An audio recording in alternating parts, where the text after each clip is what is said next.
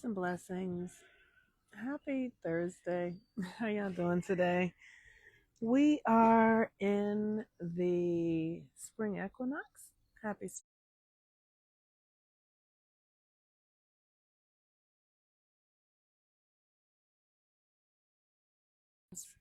Um, I love when we come to the end of a season because I'm usually fucking finished with it. I'm usually like, okay, when is it over with? And so I was definitely feeling like that about Pisces season, even though Pisces season is very powerful and sacred in my life and all of our lives, because Pisces is this unseen, unformed energy that is the creative power. And um, Aries, hello, alto, alto saxophone. um, and Pisces is where things come to end. So take a look at your life and see what is ending. See what things are asking to really be released, what behaviors, what patterns, what experiences are finalizing and completing themselves. I have been in a long cycle of rebuilding my reality. And when I started to understand that I could build a reality, that I was capable of building a reality, and that's what we were here to do, and all I needed to do was really understand energy, I had to begin to undo my patterns that had created the reality that I was in. Am I a Pisces? No, I'm a Pisces rising, though. I'm a Virgo. I'm a Virgo with a Pisces rising, so I ride the cusp. I ride not the cusp. I ride the axis between Virgo and Pisces. Pisces rising, Virgo sun, Gemini moon. So I'm all mutable. Everything I have is mutable, and my realities collapse because mutability just means that there's a lot of change in your life. Um, and so anyway, I want to talk about Pisces and Aries. I have been having this really interesting experience. I've been doing a lot of work on my family of origin. And when I say work, I've been working to heal the patterns, and I identify them in myself. And when I can identify them myself, then I can identify them in others. And Pisces has been it's that collective family thing that goes on. And for the last several months, I have a niece that she's actually my cousin, but I come from one of those families. What about my side son? I don't know. You tell me what about it. You tell me about it. Um, so I have a niece who's a Pisces rising and a Virgo, and she has an Aquarius moon in the 12th house. And she carries a lot of the family patterns that I have witnessed in myself. I see them in her. And so because I understand astrology, I'm able to have conversations with her about it from a perspective that is more informative than and not caught up in the patterns. I also know that my niece is my grandmother reincarnated, which is a whole thing, which is a whole thing. And um and my grandmother raised me, and my grandmother was a Capricorn, and she was when I went to live with her, she was 55. My father was her oldest child, and my father was really uncontrollable, and he had two children before me. He was just violent and angry because the astrology has helped me understand that my father was so angry because he was a Virgo. And oftentimes Virgo men carry a lot of feminine energy, and when they carry a lot of feminine energy and they're not sure from the spiritual psychic level how to harness their energy, it can become violence towards women. It can also become obsessions with women. And so my father was very violent with women because his mother didn't meet his need. And she was depressed, and a black mother from the South in Louisiana, and she was afraid. So she didn't know how to meet his needs. So her solution was Jesus. And she just did the work to indoctrinate all of her children into the church. And because it didn't work, by the time I got to her, she was the mother of 7 or 8 children. One of them had died. I was 3 years old. My father was wild and out of control. And I went to live with her. She was 55 years old and she was depressed, y'all. She was a pack rat. We lived in Watts. She was a beautiful woman. You know, she was a sturdy woman, like a tree. We're about the same complexion, like this red complexion, but she had really big, thick hair. And she was maybe 5'1" or 5'2", and her name was Myrtle. And she was depressed. And she worked as a cook at a daycare center. And so she would wake up every morning when I was little at like 5 o'clock, 4 o'clock in the morning, and leave the house at 5 o'clock to take the bus because she didn't drive all the way to the other side of the city to have food, breakfast prepared for, kindergartners. And so this was her. She was like a clock, and she did this every day. And she had summers off and holidays off, but for the most part, that's what she did. And she was depressed. And Sundays we were in church, and she was teaching the women. She would teach the women poetry and music. And then we would go home and she would be depressed again. She had like a deep sadness. She was a Capricorn. It's very Capricornian. And so when she died, I was 21 years old. And before she died, she had a premonition that her daughter, because she has one daughter, she had 7 boys and one daughter.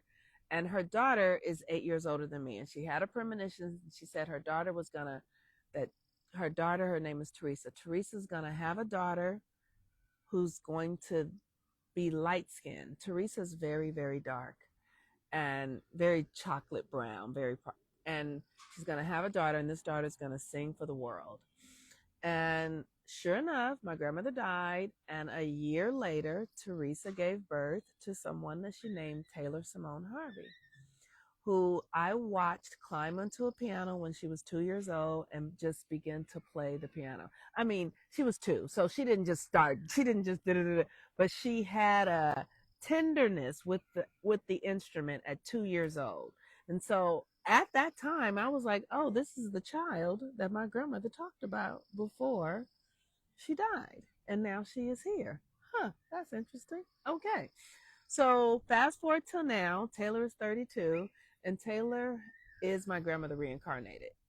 Studying the astrology and understanding our family and the codes of our family has shown me who many of my family members are, who I am, Taylor is. And Taylor is my grandmother reincarnated. And for the last 6 months, Taylor's been going through a lot. She's been in her Saturn's return. And for the last few days, she's been at the end of this cycle because she is a Pisces rising and a Virgo, just like me, y'all, with the moon in the 12th house, which means that she's deeply embedded in the feminine karma of this family. And so I'm sitting there, and Taylor has been deeply depressed. One of her closest friends committed suicide by jumping out of a window. And she's in a relationship that's ending, and she has been deeply sad. And as I've been sitting with her, I'm like, this is my grandmother.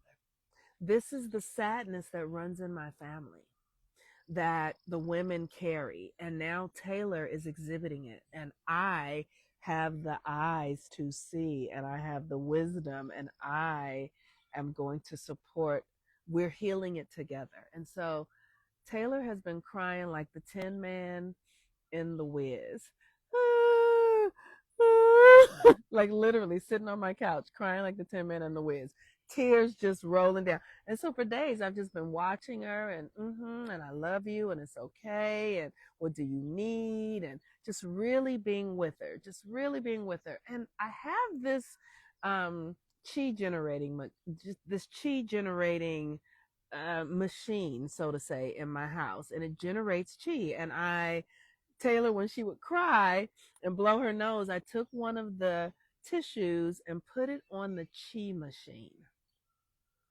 And because the chi machine, it generates positive energy. and it will lift you up. And so I put it on the machine 2 days ago, and I was just like, I prayed for her, and I put her DNA. I put her DNA on the chi machine that I have that I paid like $4,000 for. And I went with my clients. I will put all of my clients, although I put their energy on the machine. I write their names and I put their energy on the machine.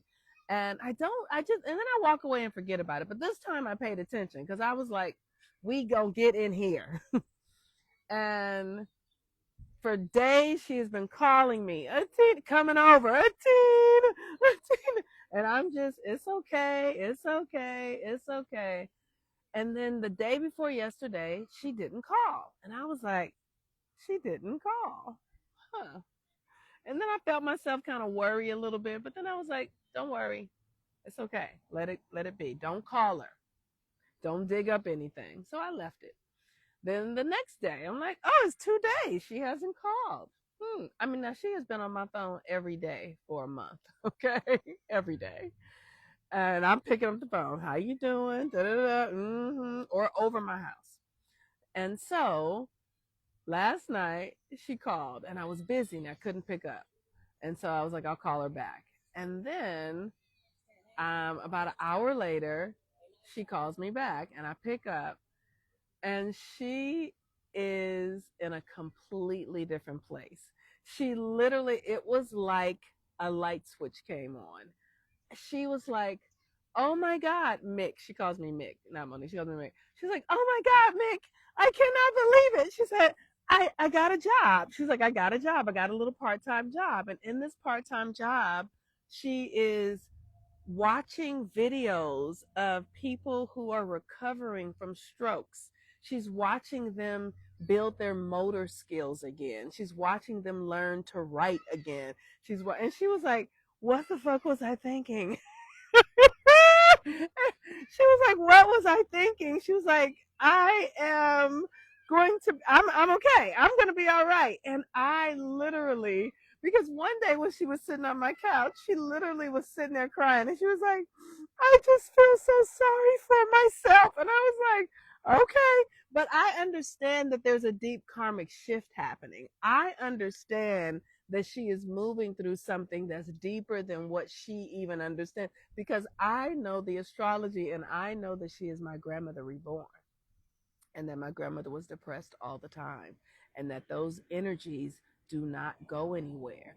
They just come back to, until you deal with them, they are there. Even when you die and come back as somebody else, it's still there, and the patterns have to be changed. And the thing is that when I was a little girl and I went to go live with my grandmother, oh y'all, Lord have mercy, I didn't expect to tell this story today. And I went to go live with my grandmother. I was little, I was 3 or 4 years old. She was 50 something, and I was precocious and grandma and what's going on. And I remember feeling her heaviness, her sadness, and like trying to talk her out of it. Like, we were close. We would pray together. She just, we would pray together, and I was her little confidant. And now here she is in a whole nother being, with the same codes, and I'm still doing it with her. I'm still holding the space for my family, for the DNA of the feminine lineage, because the women carry this stuff forward. If you go research, true how DNA it passes through the women, and I wanted to share this story because I really want us to understand what we're doing. I want us to understand that the work that we're doing right now on the planet is not a small thing. It is deep, it is cosmic, it is ancestral, it is rich, and it is so much more than, rituals or being white in white dresses or astrology, or we are healing at really, really, really deep levels. And if you understand what you're working with, you can get to the core of this stuff. And it's so that's happening on one aspect of my family. And then the masculine, the men, when I say the masculine, I mean the men are also going through something too. So I am, from my end, I am wielding more love, more peace, more harmony. Yesterday, one of my family members, we have a group chat. um we have an uncle who died. He was 86 when he died a few years ago. And Taylor is a singer. If you guys want to go check out her music, it's Taylor Simone. You can check her out on iTunes. Taylor Simone. Yeah, she's just Taylor Simone. You can go check her music out. And somebody put a video of my uncle who died a few years ago into the video chat, into our family thread. And then somebody came into the thread and was, said something hard, like, who our family was choosing. We're choosing money over family. And if it's one thing about my family, we have never chosen money. Like, I come from a very generous family, and we don't have a lot, but what we have, we share. And I mean, and so when this person said that, I just went into prayer for him. I was just like, okay, let me pray for what's going on with him, and let me extend my heart to him, because I know that my family is healing in a very deep way right now.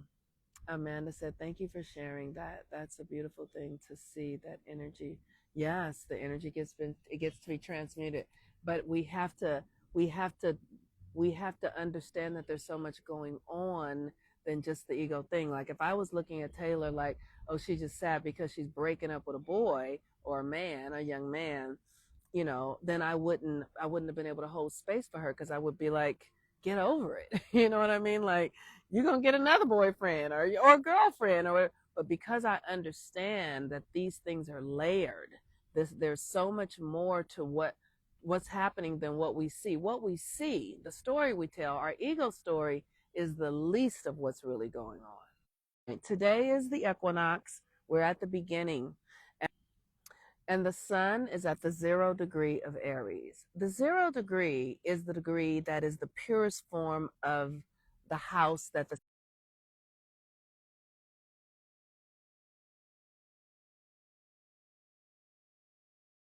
to the 12 tribes of Israel.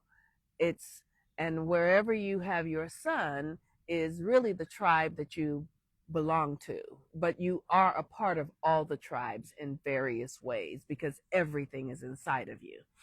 And so Aries rules the head. Aries is the head. Aries is the baby. And so today, pay attention to how you're feeling. Do you feel refreshed? Do you feel renewed?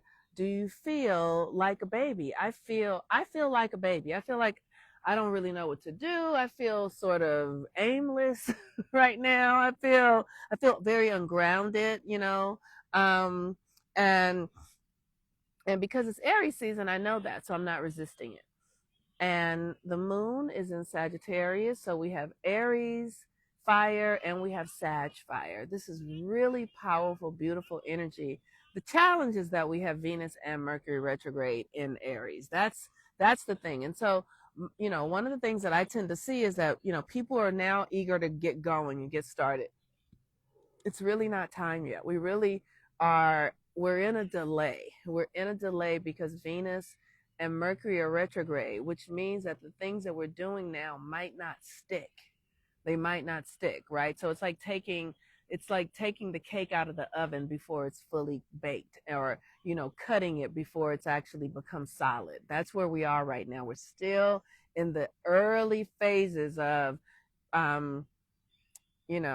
if you're a woman, it's like, I remember when I was giving birth, I went into labor, and going into labor doesn't mean you're about to have a baby. It just means that you're in the labor process, right? So we're in the labor process right now. The baby hasn't crowned yet. The baby's not here yet. We're still in the labor process. So it's an opportunity for us to slow down, slow down, slow down, and create a plan, like, and basic plans, right? Like, as a baby, right? So my plans might be something like, these are the things I'm going to do on a daily basis.